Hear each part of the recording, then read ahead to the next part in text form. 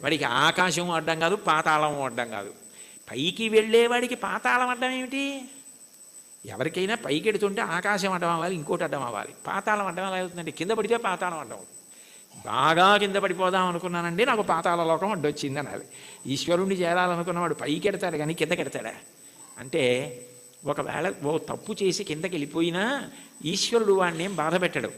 వాడిని మళ్ళీ పైకెత్తే పూచి ఆయనే తీసుకుని పైకెత్తుతాడు. అందుకని పాతాళం అవడం అవదు, కింద పడ్డా కూడా వాడికి అంత కింద పడ్డా అంత పైకి ఎక్కుతాడు. దానికి ఉందా అంటే ఉంది. ఉదాహరణ బలిచక్రవర్తే ఉన్నాడు. అంత ఇంద్రుణ్ణి గెలుద్దామనుకున్నవాడు గెలవలేక గురువుగారిని శుక్రాచార్యుల వారిని పట్టుకుని విశ్వజిత్ యాగం చేసి అగ్నిహోత్రంలోంచి బంగారు రథం, గుర్రాలు, గొప్ప గొడుగు, అక్షయబాణ తూణీరాలు, ధనస్సు అన్నీ పొంది ఇంద్రుణ్ణి ఓడించి అంత గొప్పవాడైతే ఇంద్రుడు బృహస్పతి దగ్గరికి వెళ్ళాడు. ఆయన గురువుగారు శుక్రాచార్యుల వారిని ఆశ్రయించాడు. నేను మా గురువుగారు మీ దగ్గరికి వచ్చాను, నేను ఎలా ఓడించాలి బలిచక్రవర్తిని అని అడిగాడు. నేనా శుక్రుడా వదిలేయి, గురువుల అనుగ్రహం పొందిన వాణ్ణి పాడు చెయ్యగలిగిన వాడు ఉండడు. బలమునవానికి వృద్ధి వచ్చే, గురువుగారి మాటల వల్ల వృద్ధిలోకి వచ్చాడు. వారి పాటింపకిక మీద వాడి చెడును. ఒకనాడు గురువుగారి మాట వినడవు, అప్పుడు పాడైపోతాడు. అప్పటి వరకు నువ్వు ఎదురు చూడంతే. గురువుగారి మాట వినకుండా ఎప్పుడు ఉంటాడో అప్పటి వరకు ఎదురు చూస్తూ ఉండన్నాడు. గురువుగారి మాట వినకుండా చేయగలిగిన వాడెవరు? ఆ తెలివితేటలు ఒక్క విష్ణువే. అందుకే ఆయన వామనమూర్తిగా వచ్చాడు.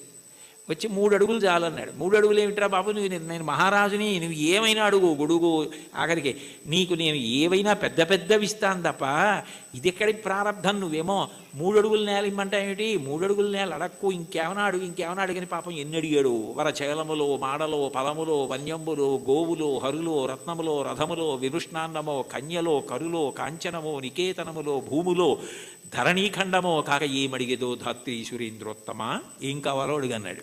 అబ్బెబ్బే ఒంటివాడ నాకు 1-2 అడుగుల మేరయిమ్ము సొమ్ము మేరయొల్ల కోర్కె తీర బ్రహ్మ కూకటి ముట్టేద దానకుతుక సాంద్ర దానవేంద్ర, నేను ఒంటివాడిని, నాకు 1-2 3 అడుగులు అన్నాడు. 2 అడుగులతో భూమి ఆకాశాలు కొలిచి 1 అడుగు బలిచక్రవర్తి తల మీద పెడతాడు.